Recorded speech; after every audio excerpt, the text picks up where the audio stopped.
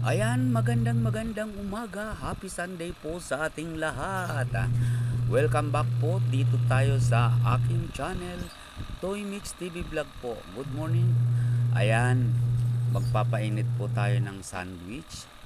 Galing po ng Starbucks. Ayan, alalala. Starbucks talaga. Ayan po ay binigay laang ng aking kaibigan. Kaya dapat kagabi pa yan kaso inisip ko pang almusal na yan.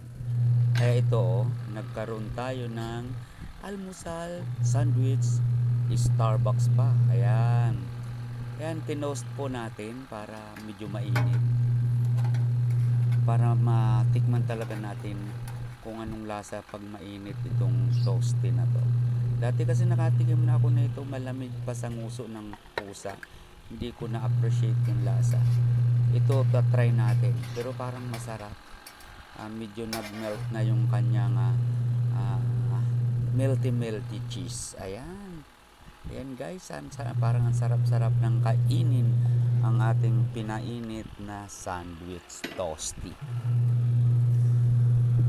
Kailangan po natin mag-almusal kasi ang susunod natin gagawin dito ay ipapakita ko din po dito sa video na to. Ayan, kumain muna tayo ng pinainit na sandwich. Ang sarap talaga guys. Iba talaga pala pagka mainit ito.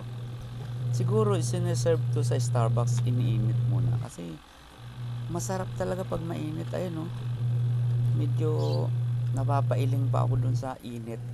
Tapos sa linamnam. Tapos mag-smile kang konti. Ayan. Para happy Sunday nga Pero ang susunod natin gagawin dyan ay habang nag-aalmusal ako, sinet ko na rin yung washing machine.